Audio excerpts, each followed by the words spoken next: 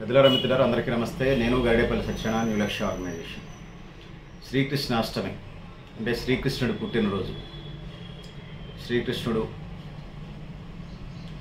అమ్మానాన్నలో అంటే జైల్లోనే పుట్టాడంట శ్రీకృష్ణుడు. మన పురాణాల ప్రకారం, మన ఇతిహాసాల ప్రకారం మనం చూసుకున్నప్పుడు కంసుడు పరిపాలనలో శ్రీకృష్ణుడు పుట్టాడు. కంసుడు నీ మేనలుడే నీ మృత్యు అని చెప్పేసి ఆకాశవాణి చెప్తుంది. అంటే కంసుడు అంటే ఆ 8వ సంతానం నిన్ను చంపుతారని ఆకాశవాణి చెప్పినప్పుడు శ్రీకృష్ణుడి తల్లిదండ్రులు ఇద్దరిని కూడా జైల్లోనే ఉంచుతాడు.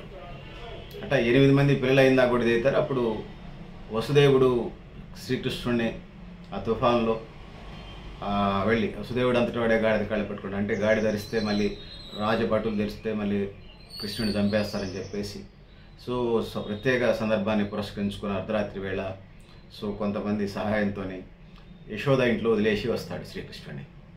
అందుకోసమే శ్రీకృష్ణుడి తల్లిదండ్రులకు సంబంధించి కంటే యశోద కృష్ణుడిగానే బయట ప్రపంచానికి మన అందరికీ తెలుసు. శ్రీకృష్ణుడి తల్లిదండ్రులు కన్న తల్లిదండ్రుల పేర్లు బయట ప్రపంచానికి తక్కువగా తెలుస్తాయి.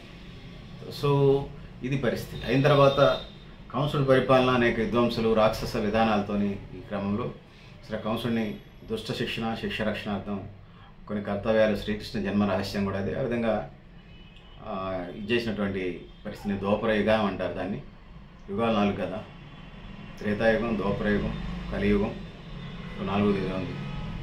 4 యుగాల్లో ఉన్నది అది ద్వాపరయుగంలో శ్రీకృష్ణ అవతారంగా వస్తాడు. అది పరిస్థితి. ఈ క్రమంలోనే మనకి మహాభారతం ఉంటుంది. దుష్ట శిక్ష రక్షణ కోసం భగవద్గీత కూడా చెప్తాడు అర్జునుడు. ఒక దశలో ఇదంటే శ్రీకృష్ణుడు అర్జునుడికి కౌన్సిలింగ్ ఇస్తాడు. పర్సనల్ డెవలప్మెంట్ కౌన్సిలర్స్ ఉన్నారు కదా మనకి ఇప్పుడు. యుద్ధం నేను చేయను, అంతా నా వాళ్ళే ఉన్నారంటే చేయడానికి నువ్వెవరు, చేయబోవడానికి వాళ్ళెవరు, మొత్తం ఆది అంతం నేనే అంటూ శ్రీకృష్ణుడు భగవద్గీతలో చెప్తాడు.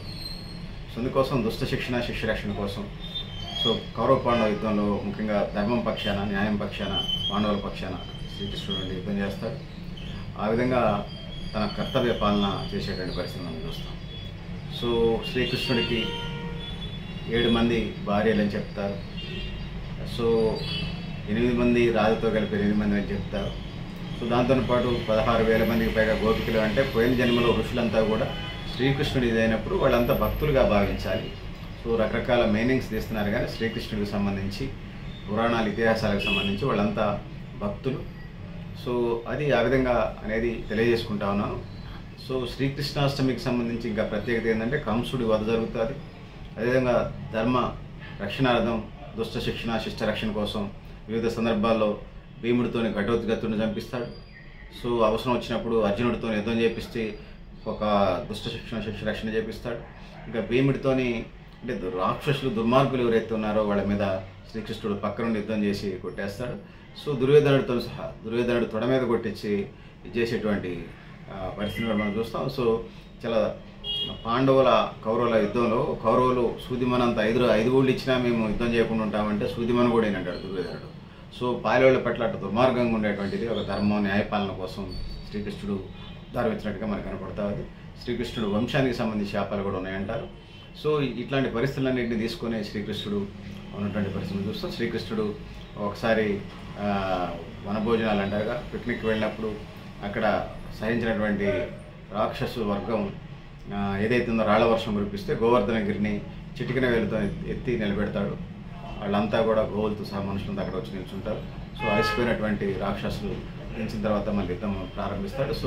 శ్రీకృష్ణుడి జన్మ అంతా కూడా పర్సనాలిటీ డెవలప్మెంట్, అనేక దుష్ట శిష్ట రక్షణ, అనేక దైవిక చర్యలు, మానవ రూపంలో జన్మించి అనేక దైవిక చర్యలు కనపరిచి మానవ శాంతి కోసం, విశ్వ కళ్యాణం కోసం ఈ అవతారంలో మనకి కనిపిస్తూ ఉంటాడు. ఆ విధంగా ఉండదనేది నేను తెలియజేసుకుంటా ఉన్నాను. డిస్క్రిప్షన్లో మరిన్ని విషయాలు పెట్టే ప్రయత్నం చేస్తా. మిత్రులారా మీరు కూడా మీ అభిప్రాయం కామెంట్ బాక్స్ రాయండి.